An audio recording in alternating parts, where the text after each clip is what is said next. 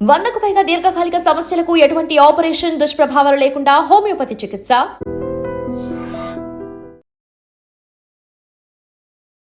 వరంగల్లో ఒక్కసారిగా ఒక కిడ్నాప్ కి సంబంధించిన కేసు నమోదైంది. అది కూడా మట్టెవాడ పోలీస్ స్టేషన్లో కిడ్నాప్ కి సంబంధించిన కేసు.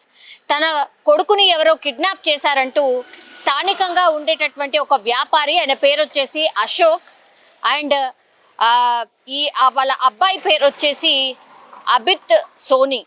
సో మా అబ్బాయిని ఎవరో కిడ్నాప్ చేశారు. ఈ అబిత్ సోనికి 32 సంవత్సరాలు. నిన్న సాయంత్రం 7 గంటలకు వీళ్ళు అశోక్ మైదాన్ దగ్గర నుంచి నాకు ఫోన్ కాల్ వచ్చింది.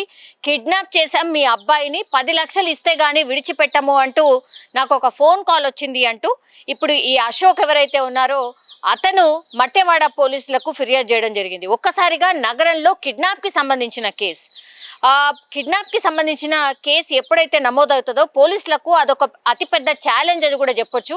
ఎందుకంటే ఏ రీజన్స్కి వీళ్ళు అంటే కిడ్నాప్ చేసి ఉంటారు, డబ్బులేనా లేకపోతే పాత కక్షలు ఏమైనా ఉన్నాయా?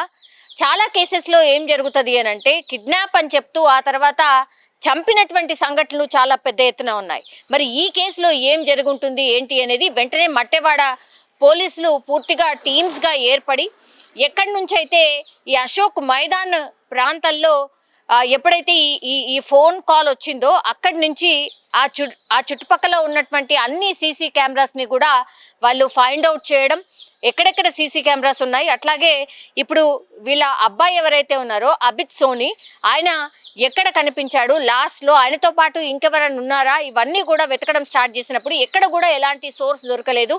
వాళ్ళ అబ్బాయి కూడా ఎక్కడ కనిపించకపోవడంతో ఇంకా టెన్షన్ పెరిగిపోయింది. మరి ఈ కిడ్నాప్ చేసింది ఎవరు, కిడ్నాప్ చేసిన వాళ్ళు ఏం కోరుతున్నారు, 10 లక్షలను డిమాండ్ చేస్తున్నారు, ఇక్కడికి రండి, ఇక్కడికి వచ్చి మాకు హ్యాండ్ ఓవర్ చెయ్యండి అని క్లియర్ కట్గా ఈ కిడ్నాపర్లు చెప్పినట్టుగా ఈ తండ్రి చెప్పాడు. వెంటనే కాల్ ట్రేస్ చేయడం స్టార్ట్ చేశారు. కాల్ ట్రేస్ చేయడం స్టార్ట్ చేసినప్పుడు పోలీసులు డిఫరెంట్ వర్షన్స్, వాళ్ళకున్నటువంటి అంటే ఈ గతంలో ఉన్నటువంటి ఎక్స్పీరియన్స్తోని ఎవరు చేసి ఉంటారు అన్న దీంతో వాళ్ళు వెతకడం స్టార్ట్ చేశారు. అండ్ కాల్ని ట్రేస్ చేసిన తర్వాత ఈ కాల్ సిగ్నల్ డేటా ఎక్కడ ట్రేస్ అయింది అంటే వరంగల్ శివారు ప్రాంతాల దగ్గరనే ట్రేస్ కావడంతో వెంటనే అక్కడికి వెళ్ళి చాకచక్యంగా వాళ్ళు ఇంప్లిమెంట్ చేసేటటువంటి ప్లాన్ ప్రకారంగానే వీళ్ళు వెళ్ళి రైడ్ చేయడంతో అక్కడ నిజంగా పోలీసులే కాదు వాళ్ళ నాన్న అంటే ఈ అశోక్ ఎవరైతే ఫిర్యాదు చేసిండో నా కొడుకు తప్పిపోయాడని అతను కూడా షాక్ అయిన ఇన్సిడెంట్ కనిపించింది. ఎందుకంటే ఇప్పుడు ఎవరైతే ఈ అబిత్ సోని అనే వ్యక్తి ఎవరైతే ఉన్నారో అంటే వాళ్ళ కొడుకు, అతను ఇంకొక ఫ్రెండ్ అక్కడ ఇప్పుడు ఫోన్ ట్రేస్ అయిన చోట వాళ్ళిద్దరూ దొరకడంతో ఒక్కసారిగా అసలు ఏమైంది ఏంటి, ఇతను ఎందుకు ఇక్కడ ఉన్నాడు, కిడ్నాప్ అయిన వ్యక్తి వీళ్ళతో పాటు ఎందుకున్నాడు అని పూర్తిగా విచారణ చేసినప్పుడు అబిత్ సోని ఒకటే చెప్పిండు, 10 లక్షల రూపాయలు నాకు అప్పు ఉంది, బెట్టింగ్స్లలో నేను చాలా డబ్బును పోగొట్టుకున్నాను,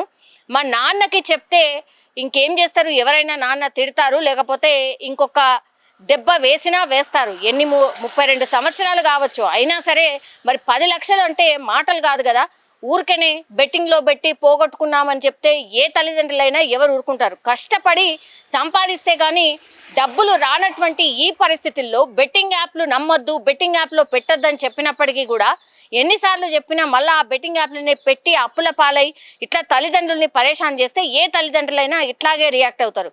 మా తండ్రికి భయపడి ఎట్లయినా సరే ఆ అప్పు తీర్చడానికని నేనే కిడ్నాప్ అయినట్టుగా నాటకం ఆడి నేనే మా నాన్నకు ఫోన్ చేశాను అని అబిత్ సోని చెప్పడంతో ఈ కేసు సాల్వ్ అయినట్టు లెక్క.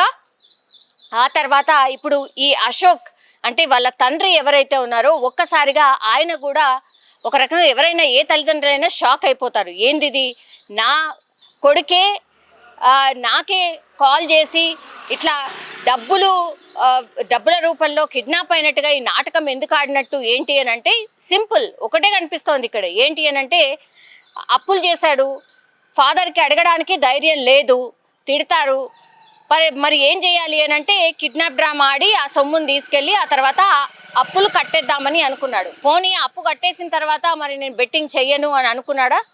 ఉండదు. డెఫినెట్లీ మళ్ళా ఆ బెట్టింగ్లోనే ఉంటాడు, బెట్టింగ్లోనే యాప్లోనే పైసలు పెడతాడు, మళ్ళీ వెంటనే 10 లక్షలకు 20 లక్షలు సంపాదిస్తాను అన్న థాట్లోనే ఉంటాడు.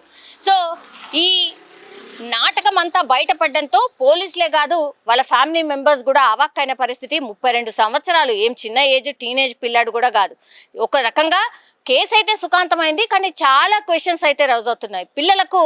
మరి ఇట్లా బెట్టింగ్ యాప్లో పెట్టిన తర్వాత చాలా మంది అయితే ఆత్మహత్య చేసుకుంటున్నారు. లేకపోతే ఇగో రకరకాల మార్గాలు అంటారు కదా, ఇగో ఇట్లా కిడ్నాప్ నాటకం ఆడి వాళ్ళ తండ్రి దగ్గరికి వెళ్ళే కొడుకు 10 లక్షల రూపాయలని ఇట్లా కిడ్నాప్ డ్రామా ఆడి సంపాదిద్దాము అనుకున్నాడంటే బెట్టింగ్ యాప్స్ ఎంత కల్లోలం క్రియేట్ చేస్తున్నాయి అన్ని ఫ్యామిలీస్లో అనేది మనం ఈ ఇన్సిడెంట్ ద్వారా అర్థం చేసుకోవచ్చు. ఏకంగా ఇప్పుడు పోలీసులని బురిడి కొట్టించిండు, అట్లాగే వాళ్ళ ఫ్యామిలీ మెంబర్స్ని కూడా ఈ వ్యక్తి బురిడి కొట్టించినట్టు లెక్క. సో బెట్టింగ్ యాప్స్ని దయచేసి ఎవరు కూడా నమ్మొద్దు. బెట్టింగ్ యాప్స్ అనేవి ఫేక్, అవి కూడా ఇల్లీగల్ అనేది గుర్తుంచుకోవాల్సిందిగా ఒక రిక్వెస్ట్.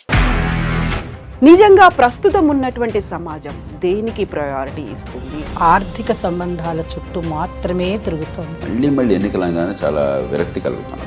మంచి అనిపిస్తుంది కదా, లేడీస్ కూడా ఛాలెంజింగ్ జాబ్స్ చేసినప్పుడు చాలా బాగుంటది. ట్రాఫిక్ అసిస్టెంట్స్ గా నియమించిన ట్రాన్స్జెండర్స్ అందరితో సాల్యూట్ చేయించుకుంటున్నారు. ఫుడ్ డెలివరీ ఇవ్వటానికి వెళ్ళినటువంటి డెలివరీ బాయ్ అనిల్ పై కళ్ళ ముందు